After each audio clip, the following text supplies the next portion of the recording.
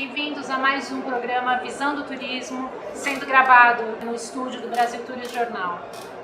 Com a gente hoje, Luiz Rotuno, presidente da Associação Brasileira de Resorts, mais conhecida como ABR. Bem-vindo, Luiz, obrigado por ter vindo. Conta pra gente como é que está a situação dos resorts brasileiros agora nesse ano de 2017.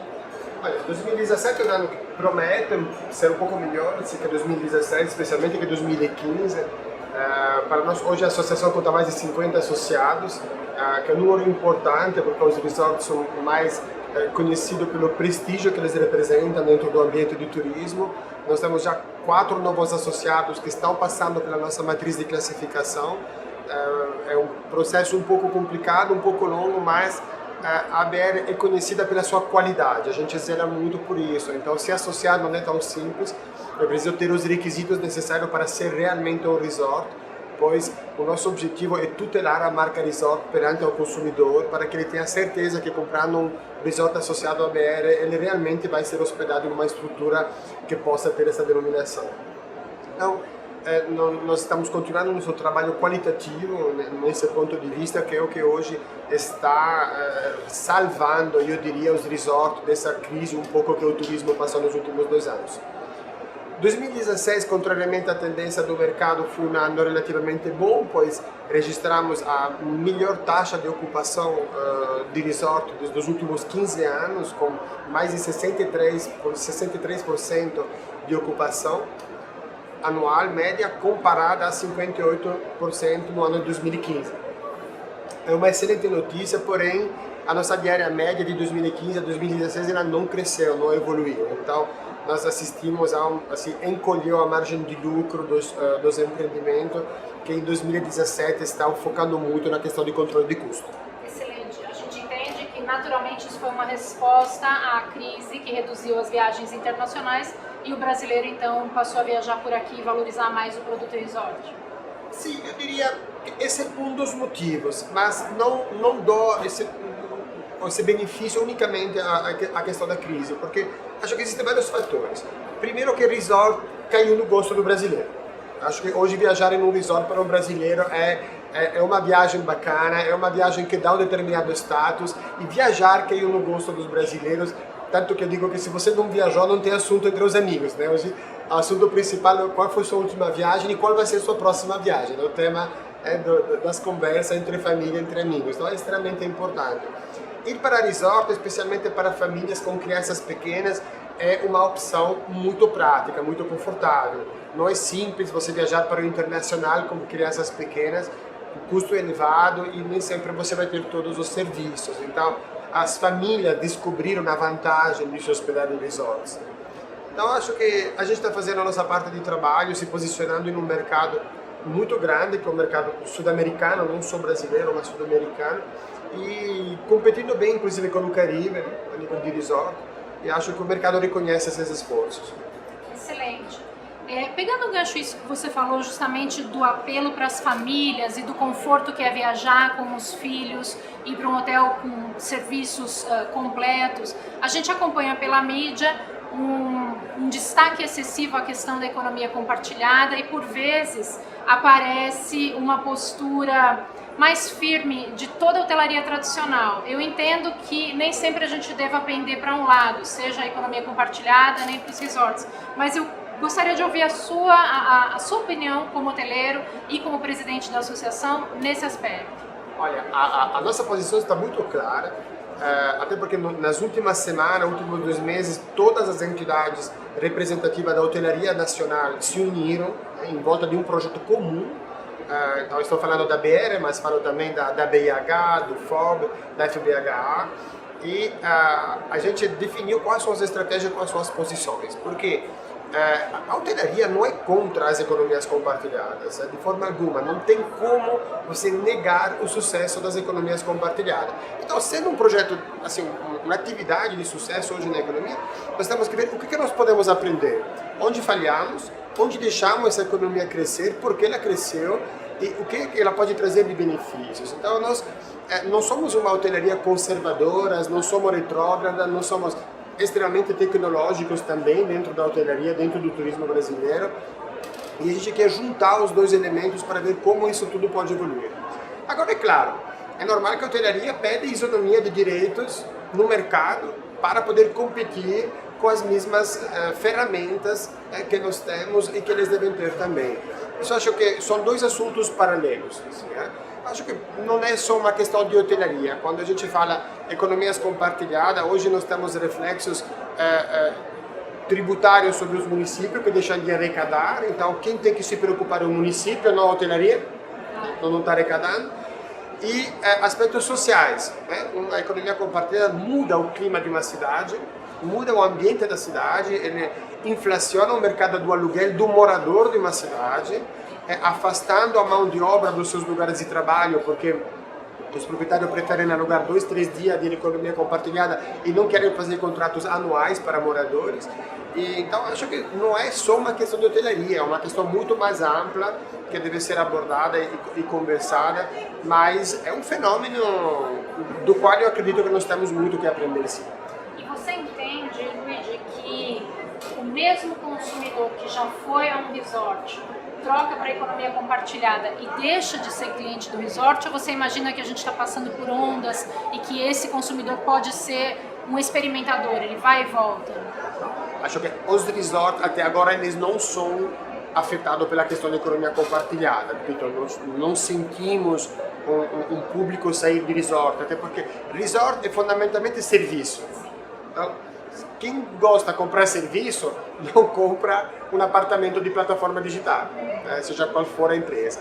Então acho que isso não é a questão, mas mesmo nós sendo uma associação de resorts, nós somos profissionais do turismo, nós nos preocupamos com a cadeia produtiva do turismo como um todo, porque a nossa fragilidade, eu costumo dizer, nós somos que nem um relógio manual, é quando uma das engrenagens quebra, o resto inicia a dar o horário errado. Então, nós precisamos proteger a gente de viagem, precisamos proteger as operadoras, precisamos proteger toda a indústria do turismo. Então, isso que eu acho muito bacana que está acontecendo é uma mobilização das pessoas que gostam realmente, que têm paixão pelo turismo para entender como isso pode ser integrado. E falando ainda do desenvolvimento e das possibilidades que a gente vê no Brasil, nós estamos num evento de turismo, a gente ouve os discursos bastante efusivos sobre o interesse do governo em estimular, mas a gente sabe, outros entrevistados aqui com a gente indicaram que o custo Brasil está inviabilizando muitos negócios, que a gente tem uma excessiva carga de impostos. Então, assim, como a associação se posiciona, o que ela espera hoje também desses políticos que nos representam para melhorar as condições de competitividade? Olha, boa pergunta. A situação que você acabou de descrever em poucas palavras, eu pessoalmente, eu moro no Brasil há 16 anos, então escuto as mesmas coisas há 16 anos. E os meus amigos nativos me falam que é muito mais tempo que se fala essas mesmas coisas. Então, é claro que a gente gostaria uma carga tributária menor, que a gente gostaria uma legislação mais flexível, mais sensível aos ritmos do mercado e tudo mais, mas a gente não pode colocar isso como o único motivo da falta de desenvolvimento do país, né? Então, tem novos empreendimentos, tem novos desafios. Se eu pudesse apontar um elemento que para mim, para a nossa associação é muito importante, é a falta de credibilidade que o Brasil tem para investidores do exterior. Esse é um gargalo muito grande, porque especialmente o turismo, ele não pode contar unicamente com recursos internos. Ele precisa de recursos externos, né? Redes de hotéis, redes de resorts, novas companhias aéreas. Então, por exemplo, somos a favor da liberalização do capital das companhias aéreas, que precisa abrir o mercado. E, nesse ponto de vista, a legislação brasileira é muito conservadora, muito fechada em cima dela mesma, e ela não consegue se expandir, não consegue se abrir, e ela um pouco brilha só dentro e por fora ela esquece de prestar atenção. Então, tomara que isso mude nesse ponto de vista para a gente ganhar mais credibilidade e poder contar com o aporte de investimentos externos. Particularmente na questão da competitividade, a ABR tem um destino ou uma associação internacional onde você se inspira? Tem algum modelo de desenvolvimento que você gostaria de ver implantado no Brasil? Olha, por mais incrível que pareça, a ABR é uma entidade extremamente inovadora, ela é um case internacional, porque nós fomos inclusive convidados por várias secretarias de turismo da Espanha para mostrar o case da ABR na Espanha. Por quê? Os outros países não têm uma entidade específica para resorts. Eles englobam tudo em uma entidade só, ou várias. Tem entidades gastronômicas, de pousada de charme, roteiro de charme, de hotéis, mas eles não se unem em volta dos resorts. E em recentes encontros com entidades, personalidades internacionais, o que foi sujeito a estudos, e a gente já está mostrando como o Brasil vem defendendo esse segmento. Então, nós, infelizmente, a nível de resorts, não temos muito que nos inspirar de exemplos internacionais, mas é claro, a gente se inspira dos modelos de negócio, mais do que de entidade, a gente se inspira de modelos de negócio. Muito fortes, obviamente, o México, que são países muito fortes. Eu conheço muito bem, por ser europeu, toda a parte da costa norte da África também, de Marrocos, Tunísia e tudo mais, que está sofrendo agora, mas tem um fortíssimo desenvolvimento em negócio de resorts também, então temos muito que aprender lá. Mas o modelo mais próximo do nosso é da América Central, realmente México, Santo Domingo, Cuba hoje está tendo grandes investimentos, e a gente vê que entre resort e poder público há uma forte colaboração. E tomara que no Brasil isso aconteça também. Vamos torcer. Minha última pergunta, Luigi, é em relação à qualificação profissional. A gente percebe, eu no papel de professora vejo que tem muitos alunos interessados em trabalhar para os resorts.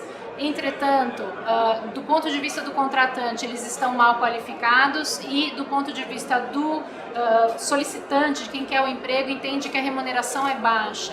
Como vocês estão abordando essa questão da qualificação profissional para o serviço de excelência que vocês buscam oferecer?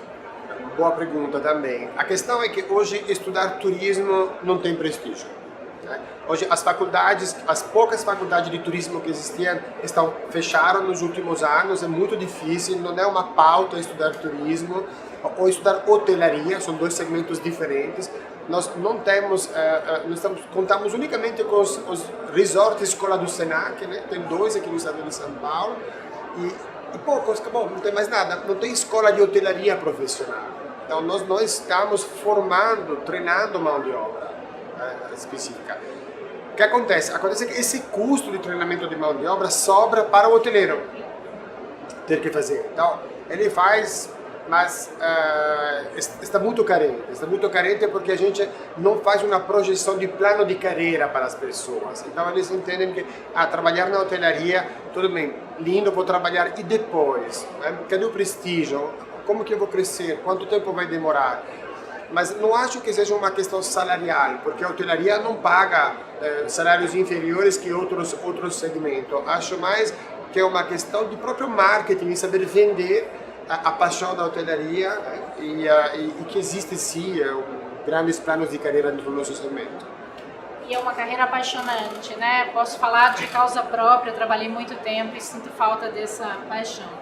Luigi, agradeço a sua participação, muito obrigada por estar com a gente no Visão do Turismo, e a gente espera vocês no próximo Visão do Turismo. Obrigada pela audiência.